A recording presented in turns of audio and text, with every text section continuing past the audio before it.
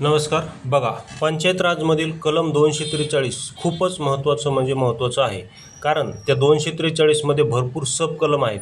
ABCDEFGHIJK असे भरपूर कलम आहेत. तर हे सब कलम कसे लक्षात ठेवायचे याची भन्नाट ट्रिक्स या व्हिडिओमध्ये आज आपण पाहणार आहोत. आणि याची जर तुम्हाला संपूर्ण पेड PDF हवी असेल, ज्यामध्ये आपण पॉलिटीचे संपूर्ण कलम ॲड केलेले आहेत विथ पंचायत राज, जर ती पेड PDF हवी असेल तर तुम्ही मला 84 21 90 83 84 या नंबरवर संपर्क करू शकता. आता व्हिडिओ सुरू करू. बघा, कलम 243 हेच काय, पंचायतींना कर लावण्याचा अधिकार. याची ट्रिक आपण काय केलेली आहे की पंचायतींना हगणदारी कर लावण्याचा अधिकार असं केलेले. बघा, एच फॉर हगणदारी कर, एच फॉर हगणदारी कर असं आपण ट्रिक केलेली आहे. बघा, संपूर्ण आता आपण काय करू पहिल्यापासून पाहू. तर बघा, 243A हे बघा, ग्रामीण पंचायत राज भाग 9 मध्ये ग्रामीण पंचायत राज दिलेले आहे. त्यामध्ये भाग 9 मध्ये कलम 243A पासून ते 243O पर्यंत ग्रामीण पंचायत राज संबंधी तरतुदी आहेत, ज्यामध्ये 29 सब्जेक्ट आहेत. त्यामध्ये आता कलम 243A पाहू. 243A आहे ग्रामसभा किंवा ग्रामपंचायत या संबंधी, म्हणजे ग्रामसभेची तरतूद आहे 243A मध्ये. तर मग याला लक्षात कसं ठेवायचं, ग्रामसभा ही ना आम जनता असते, सगळी आम जनतेची असते ग्रामसभा. म्हणजे गावातील सगळे लोक ग्रामसभेमध्ये भाग घेतात, ज्यांच्याकडे वोटर ID आहे असे सगळे आम लोक. बघा, सगळे आम जनता असते, म्हणून याला आपण आमसभा असं म्हणू. ग्रामसभेला काय म्हणायचं, आमसभा. ए फॉर आमसभा म्हणजेच ग्रामसभा, असं तुम्ही लक्षात ठेवा. त्यानंतर 243B काय आहे, 243B नुसार त्रिस्तरीय पंचायत राजची स्थापना, म्हणजे ग्रामपंचायत, पंचायत समिती आणि ZP ही त्रिस्तरीय पंचायत राजची काय केली जाते, स्थापना केली जाते. म्हणजे कसं लक्षात ठेवायचं, B फॉर बिल्डिंग असं लक्षात ठेवा. B फॉर एक बिल्डिंग उभारायची, 3 मजली बिल्डिंग उभारायची. त्यामध्ये पहिल्या मजल्यावर ग्रामपंचायतीचे काम चालन, दुसऱ्या मजल्यावर पंचायत समितीचे काम चालन आणि तिसऱ्या मजल्यावर ZPचे काम चालन. कारण त्रिस्तरीय पंचायत राज आहे ना, त्रिस्तरीय पंचायत राजची स्थापना करायची. तर B फॉर 3 मजली बिल्डिंग, 3 स्तराची बिल्डिंग स्थापन करायची असं ट्रिक्सनुसार तुम्ही लक्षात ठेवा. आणि त्या 3 मजल्यात पहिल्या मजल्यावर ग्रामपंचायत, दुसऱ्या मजल्यावर पंचायत समिती, तिसऱ्या मजल्यावर ZP असं 3 मजल्याची बिल्डिंग बनवायची. त्यानंतर C आहे पंचायतींची रचना. म्हणजे रचना म्हणजे कसं, त्यामध्ये जसं ग्रामपंचायतमध्ये किती सदस्य असतात बघा, ग्रामपंचायतमध्ये 7 ते 17 सदस्य असतात, याला म्हणतात रचना. तसं पंचायत समिती, ZP असं ZPमध्ये किती असतात, 50 ते 75 सदस्य असं, याला म्हणतात रचना. तर ते संपूर्ण कशामध्ये दिलेले, C मध्ये दिलेले. तर म्हणजे उमेदवार किती असतात, C ग्रामपंचायतीची रचनामध्ये म्हणजे त्यामध्ये उमेदवार किती असतात, म्हणजेच C फॉर कॅन्डिडेट किती असतात. ग्रामपंचायतमध्ये 7 ते 17 कॅन्डिडेट असतात असं लक्षात ठेवा. कॅन्डिडेट किती असतात, C फॉर कॅन्डिडेट असं तुम्ही लक्षात ठेवू शकता. त्यानंतर D आहे पंचायतीमध्ये जागांचं आरक्षण. बघा, D काय आहे, पंचायतींमध्ये जागांचं आरक्षणासंबंधी आहे. तर D फॉर दलित आरक्षण असं तुम्ही लक्षात ठेवू शकता.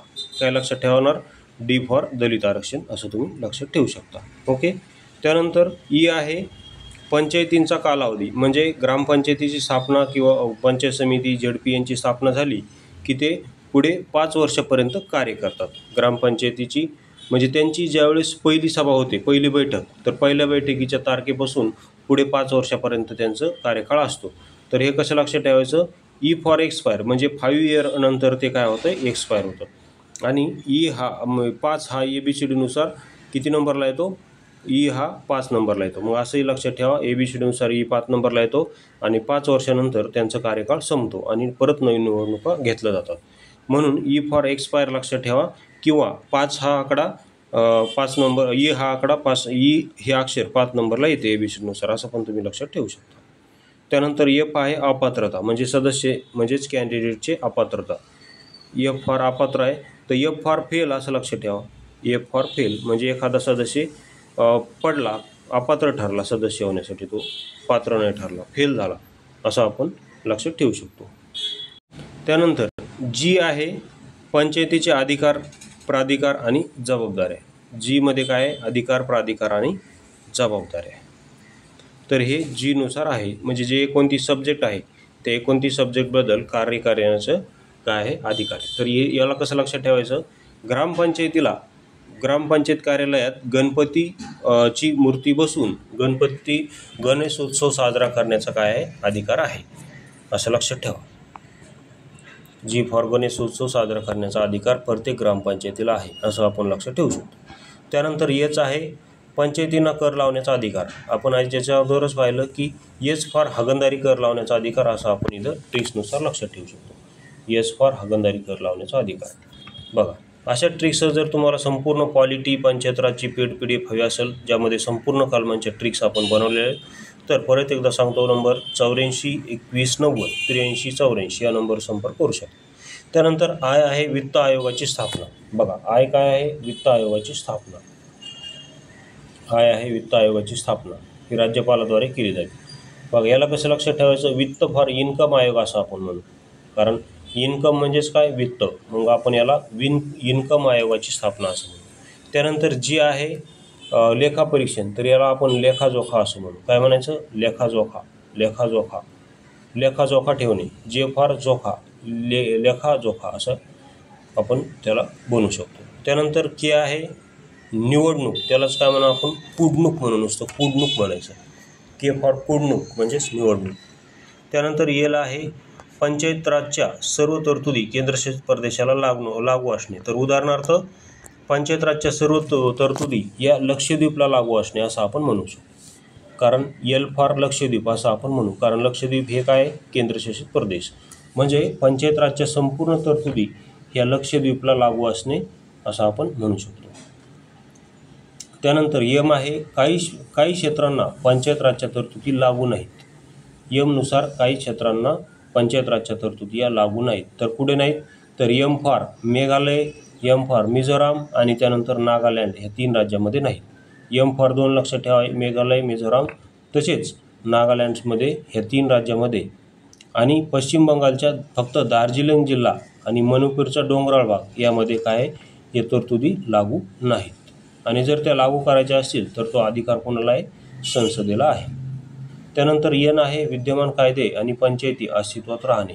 म्हणजे हे कलम जे आपण ॲड केलेले आहेत, हे 73वी घटनादुरुस्तीने केलेले आहेत. पंचायत राजला आपण 73वी घटनादुरुस्तीने काय केलेलं आहे? पंचायत राजचा दर्जा म्हणजे घटनात्मक दर्जा दिलेला आहे. तर हे त्यानुसार केलेले आहेत. मात्र त्याच्या अगोदर जे काही कायदे असतील बनवलेले आपापल्या राज्यांनी, तर ते कायदे 1 वर्षापर्यंत राहतील आणि त्यानंतर ते रद्द होतील, असं एनमध्ये सांगितलेलं आहे. म्हणजे एन फॉर नल, म्हणजे कायदे 1 वर्षानंतर ते कायदे काय होणार? नल होणार, म्हणजेच रद्द होणार, असं लक्षात ठेवा. त्यानंतर ओ आहे पंचायत राज निवडणुकीत न्यायालयाने हस्तक्षेप करू नये. बघा, पंचायत राज निवडणुकीत न्यायालयाने हस्तक्षेप करू नये. बघा, आता ही ग्रामपंचायत आहे, ही ग्रामपंचायत समजा, ही काय आहे? ग्रामपंचायत, गावोगाव आहेत, घरं गिरं अशी ग्रामपंचायत आहे. तर निवडणूक आपलं कोणी न्यायालयाने ह्या ग्रामपंचायतीमध्ये हस्तक्षेप करायचा नाही. म्हणजे ग्रामपंचायतीला चौकून असा गोल राऊंड काय करायचा? असं काटेरी कुंपण घालायचं. म्हणजे कोणीही त्याच्यात हस्तक्षेप केला नाही पाहिजे.